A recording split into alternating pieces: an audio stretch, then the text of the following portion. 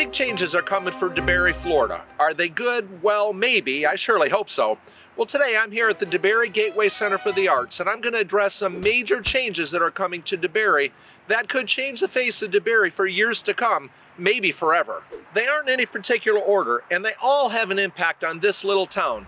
But the last one is one that concerns me the most, so be sure to stick around for that one. I've lived and worked here in Central Florida for many years, and I'm a huge fan of DeBary. I mean, everyone I know seems to like DeBary for what it is. DeBary is not Orlando, or even Deland for that matter. DeBary just doesn't have the glitz of so many other towns. DeBary is sort of like your friend's little brother. You know, everyone knows he's there, he's funny, everyone thinks he's great, but they don't ever take him seriously. But these changes that are coming to DeBary should be taken very seriously. I'll be addressing what these changes are, and then towards the end, I'll be addressing how these changes will impact the residents of DeBary, Florida. DeBary is a small bedroom community where people come to live. People don't just come to DeBary for DeBary itself. However, the city of DeBary has some pretty aggressive plans for DeBary's growth, and I think these plans are fantastic, but I am concerned that the face of DeBary could be changed forever. As a local realtor, I try to attend public meetings whenever I can to get the latest scoop on what's going on. Now, I'll be the first to tell you that I don't know all that's going on, but I recently attended a city meeting here at the Gateway Center that addressed upcoming plans for DeBary's future. If you'd like information on other videos like this, then be sure to hit those like and subscribe buttons, and don't forget to hit that little bell so that you'll be notified whenever I post other videos just like this. Now, let's get on to the details. Like most cities, DeBary has faced its share of difficulties in the past, but I get the impression that they're serious about getting things right this time. They've addressed their stormwater issues that have plagued DeBary for many years. They're adding a fire station that they got through a grant. They've added some staff, and they say that the ad valorem taxes and the crime rates are the lowest in all of Volusia County. So it's like they're trying to run the city kind of like a business, which I think is a good thing. DeBary purchased Alexander Island, which is planned to be a freshwater research and education center on the St. Johns River. This area is planned to be a city park with kayak and canoe access, as well as walking trails for the residents of DeBary. Who knows, maybe Alexander Island will be something that they'd come up from Orlando to see. Alexander Island is a beautiful piece of land. It's about 170 acres not far from Fort Florida Road behind the Black Bear Wilderness area. This is supposed to be part of the DeBary Park system, which totals around 640 acres, and there's hopes to connect the Alexander Island to the East Central Rail Trail. Personally, I'm all about improving our access to local resources, but I know that these things come at a cost too. So I'm curious to hear your thoughts. Comment below if you think the purchase of Alexander Island is a good overall thing or not. Next, most of us know that DeBary is growing, and it's growing fast. We've got all sorts of new subdivisions here. As such, traffic is becoming a bigger and bigger issue, and the city of DeBary has taken notice.